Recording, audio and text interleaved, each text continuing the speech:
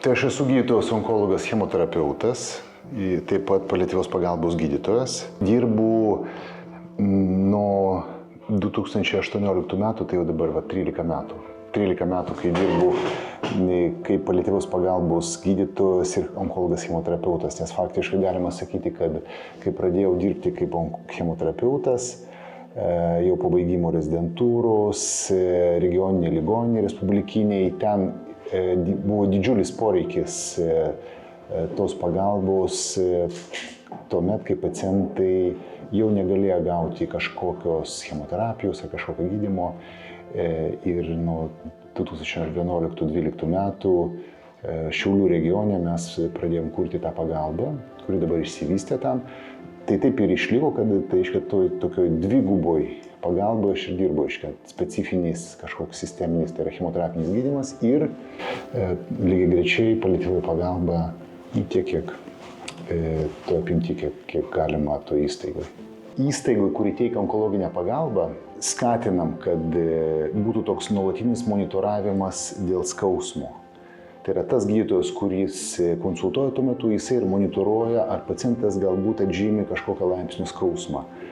Ir jau tuomet jisai kažką skiria pats. Ir jeigu mato, kad to gydymo nėra nepakanka, jisai nusiunčia skausmo gydytojo konsultacijai to įstaigui. Tai faktiškai reikia kalbėti apie tai, kad toks nuolatinis monitoravimas jisai turėtų būti ir tas, kuris susitinka su skausmu, tas ir pradeda jį gydyti. Toliau mes įstaigoje, tokio kaip Nacionalinis vėžio institutas, turim atskirą skausmo tarnybą, tai yra ambulatorinė ir stacionarė, kai yra gydytojo komanda, kuri konsultuoja. Pas mus siunčia mūsų kolegos, stacionarė, kurie jau guli pacientai, tai irgi taip pat užsako konsultaciją. Taip pat pas mus galim pakliūti, jeigu šeimos daktaras rašo siuntimą skausmo gydytojo konsultacijai ir faktiškai patekimas yra visiškai nesudėtingas. Kiekvieną dieną yra laisvų talonų, galima patekti pas mus dėl skausmo konsultavimo. Kaip jaučiasi tie žmonės, kurie serga pažengusią ligą onkologinę, kai liga yra išplitusi? Galiu tik įsivaizduoti, kaip jie jaučiasi. Bet jeigu taip kalbėti, kad viena mano profesijos dalis kaip chemoterapeuta, tai ten ne visai yra laiko įsijausti į tai, kas vyksta su pacientu emocinė prasme, bet jeigu mes matom, aš matau pacientą kaip paliatyvios pagalbos specialistą, ten turiu aš ženkliai daugiau to laiko. Pirminiam pacientui mes galim skirti visą valandą. Tuomet mes matom, kad pacientas iš tikrųjų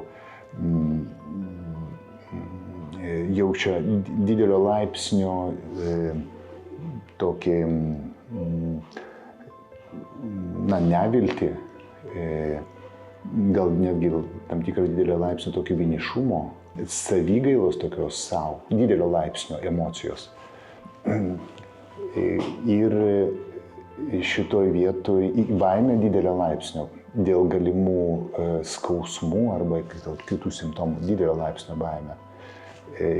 Iki panikos galbūt netgi kartais. Šitoj vietoj mūsų kompetencija savotiškai ir baigėsi kaip paliatyvios pagalbos jo, bet mes, aišku, šitoj vietoj stengiamės bent pamatyti tą žmogų su jo išgyvenimu, su jo tą būklę ir suteikti tą planą, kurią mes galim suteikti jo priežiūrai iš medicininės pusės. Jeigu tas laipsnis išgyvenimo ir emocinis yra toks ženklus, kad jam jau sunku su juo gyventi, tai turim psichologų, pavyzdžiui, konsultavimo galimybę, arba psichoterapeuto ir psichiatro, tai čia įjungiam.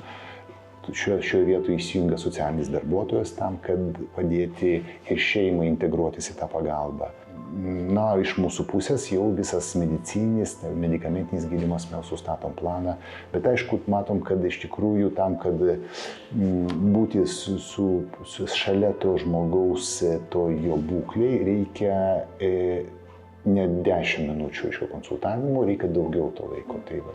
Artimieji tai labai svarbus žmonės, kurių po pagalbos paprastai mes gal taip vertinam, kad pacientas labai nori tos pagalbos iš jų pusės, bet jiems yra iš tikrųjų labai sudėtinga dėl jų pačių išgyvenimo, emocinio ir dėl artimo ir dėl tų įgūdžių ir tų žinių trūkumo. Mes galvojam, kad pagalba gali būti susitelkta ties tom rekomendacijom, kurios mes galim suteikti, ką patys tie artimieji gali padaryti. Tai prastai mūsų tokia ir funkcija. Mes išaiškinam iš tikrųjų, ką artimieji gali padaryti. Šitoje vietoje paprastai, jeigu tai pagalba bus organizuojama namuose, tai suteikiam galimybę socialiai gauti visas funkcinę įrangą namuose, funkcinę lovą, ar tai funkcinę kėdutę, ar ten priešpagulinis čiužinys. Toliau paprastai mes taip pat nukreipiam ambulatoriniai paliatyviai pagalbai, tai komandai, kurie atvyksta į namus ir jie jau tampa tie konsultantai, kurie atsako visus klausimus, kurie atsiranda eigoje. Jo klausimas lieka tik tais, ką daryti su tais išgyvenimais, kuriuos išgyvena tie artimieji. Čia šitoje vietoje mes taip suprantam, kad reikalingas labai psichologas, kad juos palaikyti šitame kelyje, bet jau čia šitoje vietoje būna skirtingi pasirinkimai, kai kam yra per sunku vis tik jau prižiūrėti savo artimą namuose, tai todėl tam aišku yra kitos galimybės, taip vadinama stacionarinė paliatyvioji pagalba, tai hospiso lygio arba slaugos ligoninės lygio arba specializuota įstaiga, tai jo, bet pagal tyrimus tarptautinius ir apklausas mes žinom, kad artimieji, kurie serga nepagydoma liga, dauguma jų, iki 80% norėtų savo dienas praleisti namuose artimųjų glėbyje. Jeigu pacientas yra namuose ir yra jau sunkios būklės, panašu, kad labai svarbu, kad būtų komanda, kuri padeda namuose. Tai čia panašu, kad svarbiausia. Iš tikrųjų, jeigu ta komanda, aišku, antiek profesionali, kad gali suteikti tą visą pagalbą, bet kalbam apie paliatyvią pagalbą, kuri šiam etapui Lietuvoje jau funkcionuoja įvairiuose miestuose, įvairaus kvalifikacijos lygis, aišku, yra, bet jų tikslas padėti prižiūrėti pacientą namuose, tai organizuoti visą įrangą namuose, ir taip pat reguliariai aplankyti tą pacientą ir artimuosius. Taip žinom, kad nuo šių artėjančių metų, 2025 sausio mėnesį, jau paliatyvioji komanda namuose privalės konsultuoti, tai yra tokia galimybė, konsultuos artimuosius ir pacientą 24 valandos per parą, 7 dienas per savaitę. Tai yra bus ir kontaktai duoti, tai reiškia pacientas gali ir artimieji gali kryptis nuolatinai tą komandą. Ir tai panašu yra svarbu tam, kad užtikrinti tą visą nuolatinę pagalbą ištisai. Komandos tikslas, medikamentiškai, maksimaliai pagerinti paciento gyvenimo kokybę, malšinant simptomus. Tai visų pirma, tai skausmą, tai šiam etapui visos galimybės yra, tai nuskausminimas medikamentais, jeigu reikia narkotiniais analgetikais, jeigu reikia morfino pompa, visos tos sąlygos yra. Tai čia svarbus toks yra klausimas. O jeigu taip, kaip ir minėjau, kad socialiai būna, kad pacientas būna vienišas arba artimieji negali būti šalia paciento ir jie privalo dirbti, tai tuomet jau yra kitos galimybės, tai yra stacionarinė paliatyvioji pagalba. Ši situacija, kai pacientas vis tik būna namuose ir jis faktiškai yra toks planas, yra toks noras, yra tokia valia to paciento, kad jisai vis tik prašo artimųjų, kad jis nenori važiuoti į ligoninę ir nori mirti namuose, tai reikėtų kaip ir siekti ir įvykdyti. Bet vis tiek gali būti situacija, kad artimiems būna per sunku. Ir tai reikėtų irgi atsižvelgti. Jau čia darbas tos paliatyvios pagalbos komandos ir būtinai psichologo, socialinio darbuotojo, kame ten sunkumai. Jeigu pacientas yra šalia mirties, kokie jo būna norai. Panašu, kad šitoj vietoje yra dar tokia situacija, kurį mes dažnai matom, kurią aš turėčiau kalbėti apie tai, kad ne visuomet pacientai turi adekvatų prognostinį suvokimą savo situacijos. Ir mes kalbam, kad pacientas yra šalia mirties, tai supranta apie tai gydytojas, personalas, tos komandos. Bet ne visada apie tai supranta artimieji ir pacientas kartais nesupranta. Ir šitoje vietoje prognostinis suvokimas ligos, ir kurioje stadijoje jis yra, Tai yra tam tikras procesas ir jisai neįvyksta per vieną dieną ir čia šitoje vietoje tam tikras, kaip iš tikrųjų toks priėmimas šitos situacijos vyksta ir sudėtingai ir jeigu jis vyksta ir mes matom, kad pacientas iš tikrųjų priima, kad iš tikrųjų tų dienų liko nedaug, tai jisai nori būti su artimais tokioj namų aplinkoj. Čia panašu, kad yra didžiausias noras. Taip pat, jeigu tai vis tik ateina tas suvokimas, kad tų dienų nedaug, tai tam tikras pokalbis atviras apie tai, kas buvo padaryta, kas nepadaryta ir apie visus savo tokius norus į ateitį, tai toks pokalbis arba įvyksta, arba gali įvykti. Bet vėlgi, jeigu iš tikrųjų suvokia visi tą artimą mirties situaciją, tai taip galima apie tai kalbėti, kad tokie norai yra gal patys svarbiausi.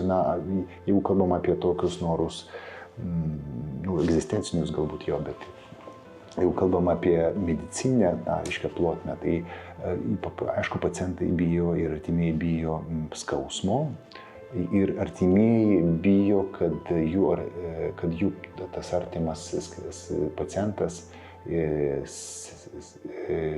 kenties skausmą. Tai tokia yra iš tikrųjų ir vienų ir kitų baimė. Tai tas svarbus yra simptomų malšinimas ir adekvatus ir tai yra labai svarbu iš tikrųjų, kad tai būtų adekvačiai. Bet paprastai dabar visos priemonės yra, mes galim malšinti skausmą adekvačiai įvairiom priemonėm. Ir panašu apie tai reikėtų kalbėti, kad komanda atvykstant į namus, jį sugebės tvarkyti simptomus ir malšinti bet kokį skausmą. Ta žinia yra labai svarbi artimiems ir pacientui, kad jie iš tikrųjų turi tas priemonės ir sugebės. Tai gal taip galime dar kalbėti apie tai, kad pacientai ir neišsako tos baimės apie tą skausmą galimą. Jie neišsako, tai taip pat netiesiogiai, tai mes apie tai taip sužinom, kad jie tą suformuluoti jiems pakankamai sunku kartais. Su dvasinė pagalba, tokie yra sudėtingi galbūt ir labai niuansai tokie iš tikrųjų kultūriniai ir kokie turėtų tie būti žingsniai tokie, kad pacientas priartėtų prie dvasinių kažkokių išgyvenimų tokių ir kažkaip. Tai čia jau toks panašu, kad dvasininkų ir dvasinių asistentų klausimas, nes panašu, kad reikia paruošti pacientą ir šeimą paruošti. Klausimas, ar jis jau praktikavo ir yra religingas, ar nėra religingas, ir čia jis pirmą kartą apie tai dabar tik pradėjo mąstyti, tai čia daug tokių klausimų. Bet mano patirtis rodo, kad vis tik yra labai svarbus vaidmuo dvasinių asistentų ruošiant šeimą ir artimuosius prie tokio pabendravimo su dvasininku, toj apimty, kiek jisai nori. Tai iš tikrųjų tam pokalbiui reikia paruošti visą šeimą ir pacientą, jis norės ar nenorės. Gal tie norai kol kas tokie labai paslėpti ir daug baimės yra, tai jos kažkaip reikia atrasti ir išviešinti ir kažkaip paruošti. Tai dvasiniai asistentai panašu, kad yra labai svarbus šitame procese. Kas yra svarbu žinoti artimiems. Iš tikrųjų, svarbu žinoti, kad maždaug įsivaizduoti, kaip tai įvyks. Tai tą funkciją iš tikrųjų atlieka paliatyvios pagalbos komanda, kuri nupasakoja maždaug tikėtina to proceso, biologinio proceso, trajektoriją, kas gali būti, ar tai bus atsiras dusulys, ar tai pacientas galbūt įkris į komą dėl to, kad yra kepenų funkcijos nepakankamumas, yra gelta, tai panašu, kad bus koma, tai tada pacientas bus toks nesąmoningas, jis mieguistas labai, tačiau išliks kvėpavimas, jisai nejaus skausmo, ir panašu, kad jau prabudimo neįvyks dėl to, kad yra intoksikacija dėl kepenų funkcijos nepakankamumo. Tai tą reikėtų nupasakoti ir apie tai, ką pacientas tikėtina jaučia, reikėtų apie tai papasakoti artimiems. Na tai dažniausiai vis tik mes tos pacientus, kurie yra namuose ir kur būna didelis nerimas ir baimė, tai yra, kai pacientas jau negali bendrauti, jau yra ant tiek silpnas, kad jis jau nekomunikuoja. Tai tikėtina, kad tai pacientas jau yra mirimo stadijoje, tai klausimas yra dienų arba parų, klausimas yra. Taip kalbam apie tokią stadiją kaip aktyviai mirštantis pacientas, tai yra dienos arba paros. Tas gyvenimo pabaigos laikotarpis paprastai tai yra tam tik kelios savaitės arba mėnuo. Tai irgi paprastai suformuluojam artimiems, kad jeigu pacientas yra dabar paliatyvioj priežiūroj, bet jis komunikuoja dar, bet negali judėti kambarį, bet gal guli lovai, bet tas būklė vertinam kaip sunki, bet gali būti, kad tai yra savaičių arba mėnesių laikotarpis dar gali būti. Tačiau jeigu yra nesąmoningas, sąmonės praradimas, negali valgyti, negali gerti skysčius, tai paprastai jau formuluojam, kad tai yra aktyviai mirštantis pacientas ir tai yra dienų arba valandų klausimas. Tam laikotarpyje vis tiek vertinam, kad pacientas gali jausti ir paprastai jaučia visus simptomus, skausmą ir kitus simptomus ir paprastai paliekam jį nuskausminamieji tam, kad vis tik malšinti tą skausmą. Tačiau minimalizuojam visas kitas intervencijas, nes vertinant, kad mes iš tikrųjų tokiu būdu mes prailginam kančias, tai minimalizuojam intervencijas, tokias kaip dirbtinis maitinimas, pavyzdžiui, priverstinis maitinimas, bet kokiu būdu jau. Galbūt dar paliekami skysčiai, jeigu tai toks pradžia tik tais, bet jeigu matom, kad jau vis tik paros bėgyje nėra kontaktų, tai skysčius nutraukiam, tai yra mes kažkokių specifiškai lašalinių neskiriam. Tokią žinią mes pasakom artimiems apie tai, kad jeigu pacientas yra iš tikrųjų nekontaktiškas, tai su juo galima bendrauti, nes vertinam, kad jisai girdi. Ir iki paskutinio atodūsio iš tikrųjų galim bendrauti ir reikėtų bendrauti. Jaučia užduotis tokia paliatyvios pagalbos komandai arba dvasiniam asistentui, kuria linkme ir kaip kalbėti galbūt psichologui irgi.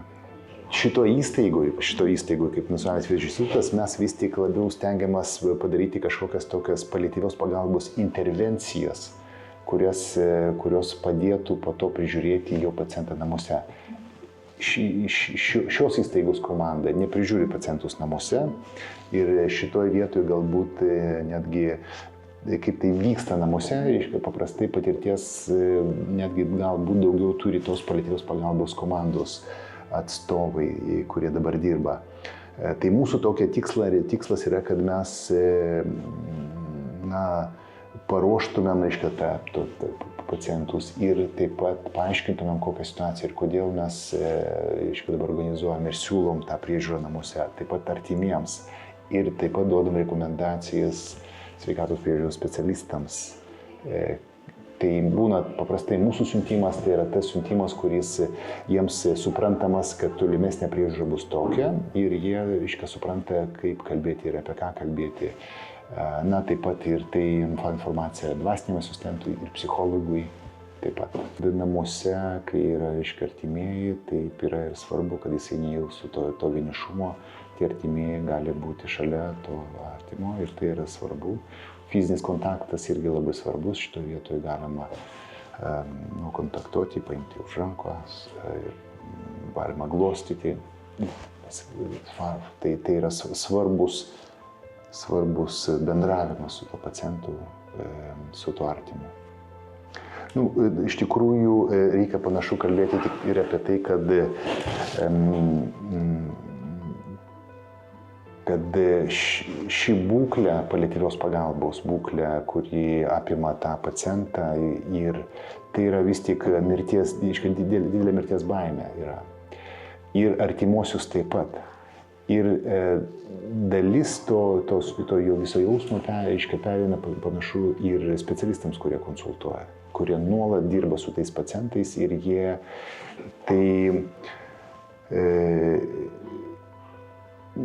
tam, kad kažkaip būti šalia tų pacientų ir jiems galbūt ir atliepti ir padėti, bet būti tokiam, kad vis tik